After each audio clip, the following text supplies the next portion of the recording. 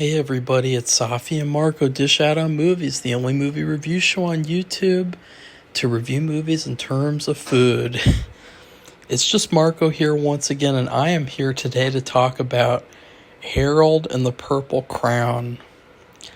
Now, this was a this was a movie that just came out of nowhere, and you looked at the poster, you looked at Zachary Levi's face, and you just thought, wow, that was really, really weird. That looks really bad. It looks really bizarre. It looks so, out there. It's like, what is that? Because, I don't know, what is this? Has anyone ever read, Harold and the Purple Crayon? Because this is the first time I've ever heard of such a book.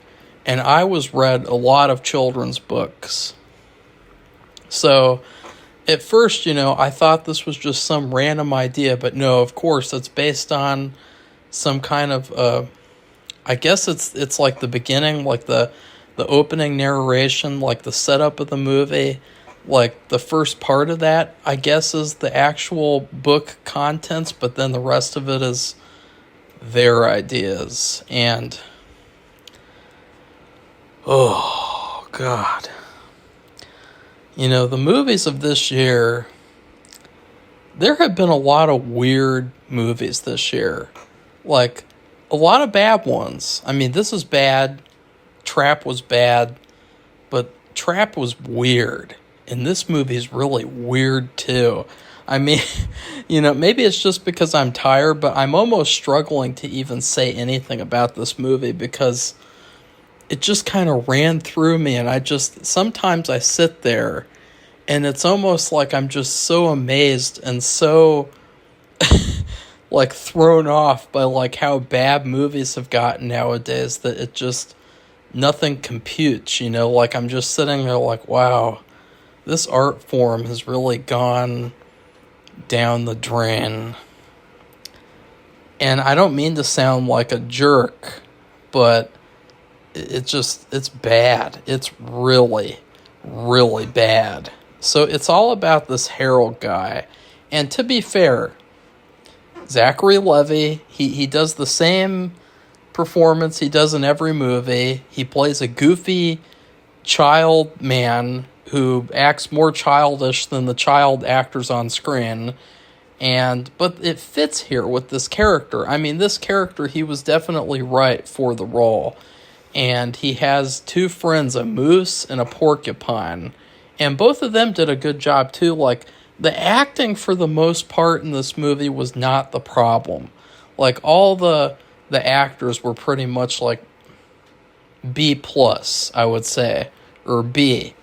That's the grade that I would give their performances. So he lives this life, and he grows up and he wants to see the narrator's world. But then the narrator stops talking to him for some reason. And so he decides to do something that leads to a typical cliche movie plot for especially a kid's movie, which is draw a door to the real world so that he can have a fish out of water story. How many times have we seen that movie over and over and over again?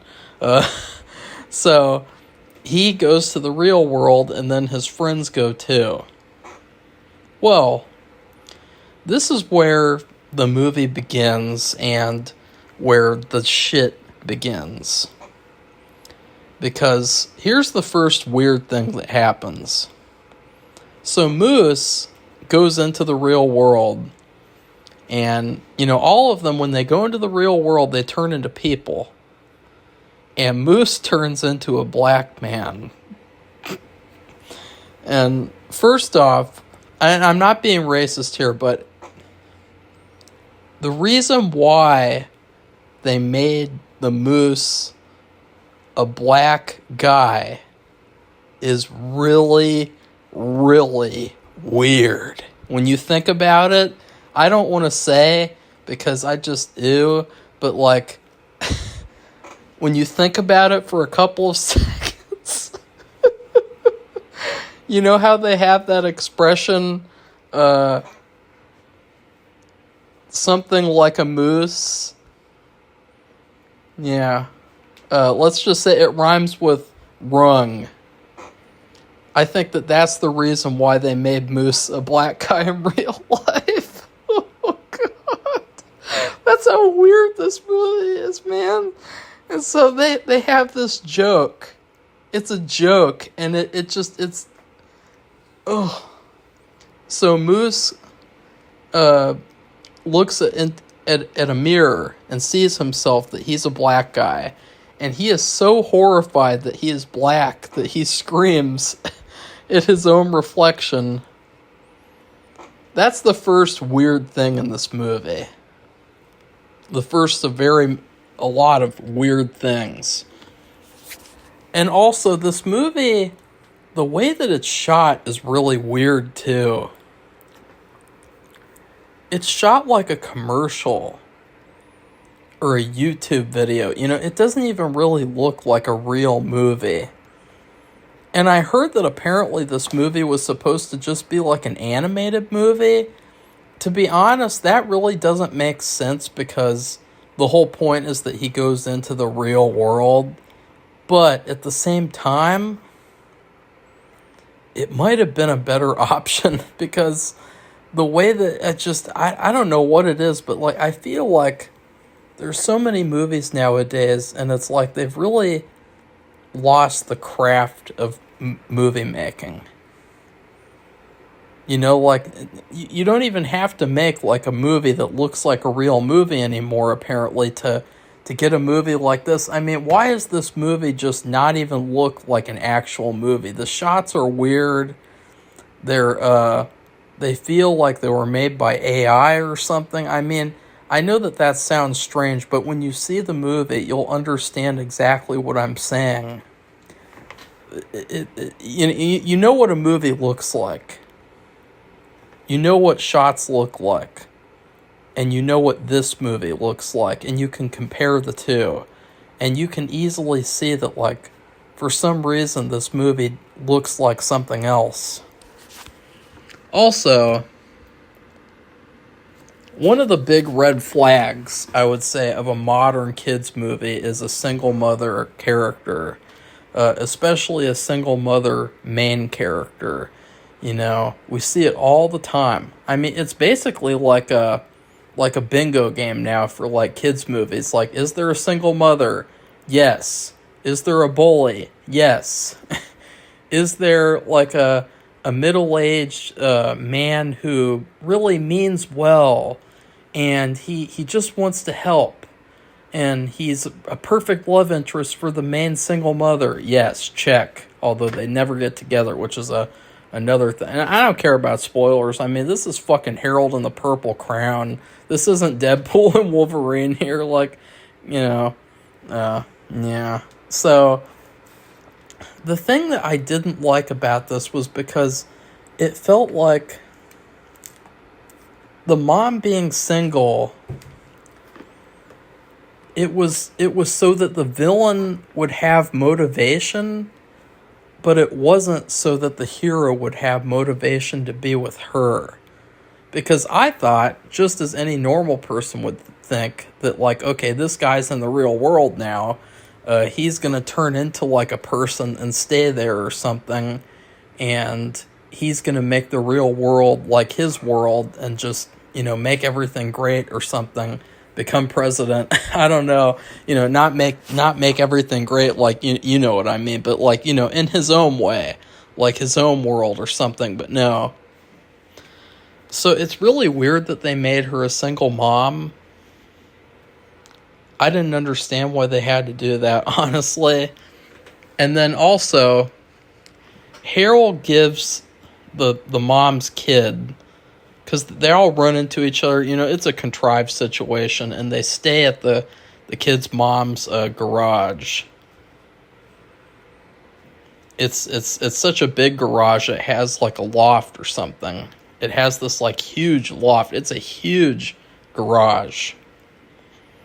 But he gives the kid a crown, which honestly, it never really backfires, which is really weird because if a kid had a crown that could just create anything, you guarantee that like something bad would happen, especially if you gave me a crown. Oh God. Oh, as a kid, oh my God.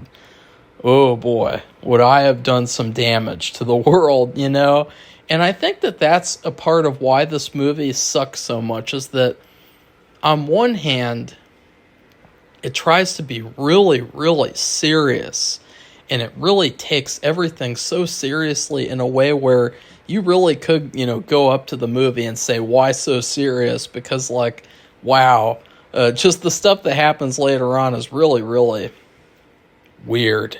Just, as I said, like, that's the theme of this movie. Weird. Weird, weird, weird. But stuff like this where, like, the kid, he gets a crown and he never does anything that really causes much trouble, except in school a little bit. It's goofy and it's not realistic. And so on one hand, it's like a goofy, unrealistic, stupid kids movie. And on the other hand, it's trying to be the serious movie about, like, making a world yours. Like, I don't even know the message of this movie. I just got done watching it. What is the message of this movie? Live your best life? Like, I don't even know. But the kid makes a spider fly because he likes to make these, like, monster animal, like, hybrid creations. Kind of like in Spy Kids 2, those creations that Steve Buscemi made. So he makes a spider fly, and the mom sees the spider fly in the morning. She gets really scared by it, and then she immediately goes back to thinking everything is normal and fine, and that she didn't see anything, apparently. Like, there is no spider fly that she just saw. She's just living in the normal world and everything is okay. Like, really weird. So, this movie, the main story is that Harold wants to find the old man, and they have all these stupid jokes, so many jokes about, they run into this old man and they think it's him, but it's just some random old guy, and like so many weird jokes like that. They do this thing where they fly a plane up in the air and they put the mom's number on and it says this with this purple mist, it says to call her number if you're the old man. Like, oh God. Like, I don't even know. Like, I just... And you know what I was thinking, though? Like, Harold is such a nitwit. Like, all Harold had to do was draw a map to find the old man. Like, that's all he had to do. Like, I can't really describe the old man. He's the narrator of my story. I'm not really going to say that, though, because I don't know I'm a story. So that's another thing, is like he has to come to the realization that he is a fictional character in a story, which never really happens. I mean, at the end of the movie, he still feels like he thinks he's like a regular guy. It doesn't feel like he thinks that he's a character at all, because how could a character think like that, So yeah, he does not draw a map to find the old man, which is what any normal person would do. Or anything like that. I could give a million solutions. Like, maybe I could draw a person who knows the old man and can lead me to him. Oh, maybe I can draw...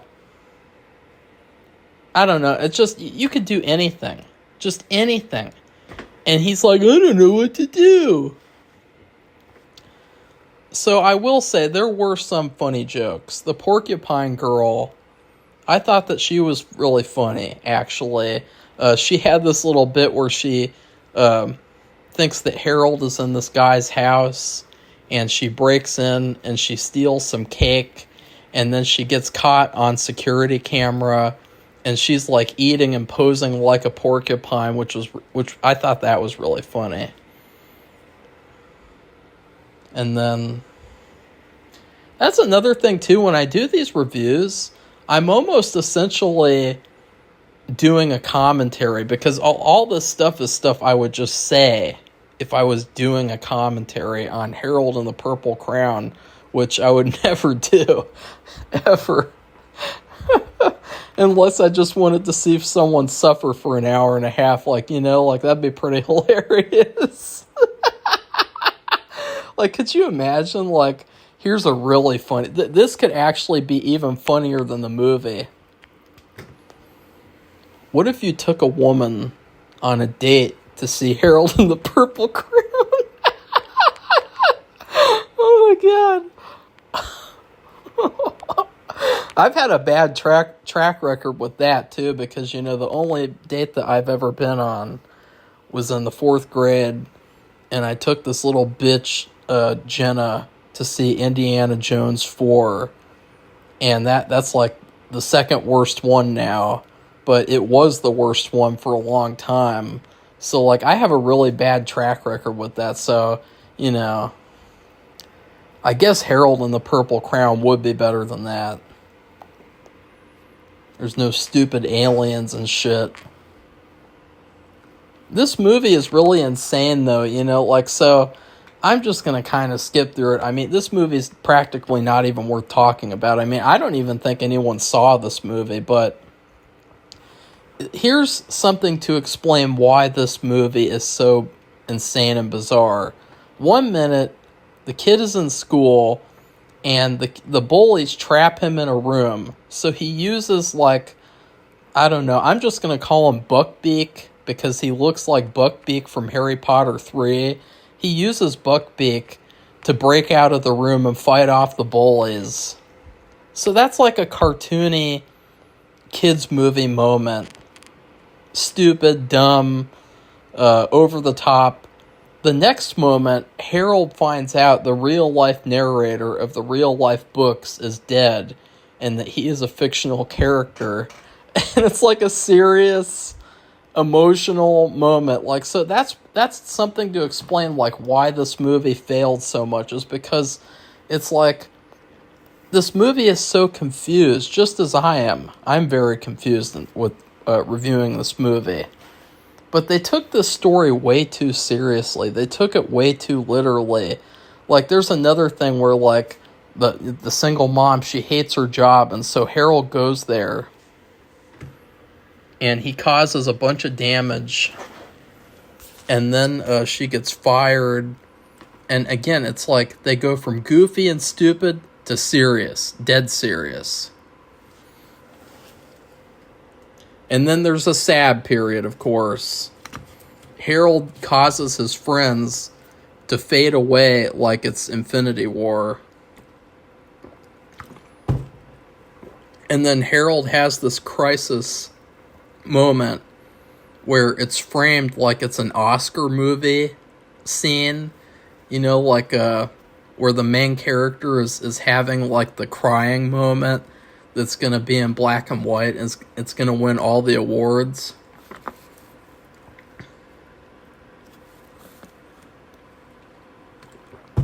So then they kind of think like, okay, what do we do now in this movie? And a side character becomes the main villain of the movie, and he's very goofy and dumb. He's just like a goofy side character. He should not have been the villain. And the way he's defeated is really bizarre. A spider fly is sent down his throat to get the crown, because he ate the crown to get its power. So kind of like with Wonder Woman 2. And then the moose rams into him to get both the spider fly and crown out of him.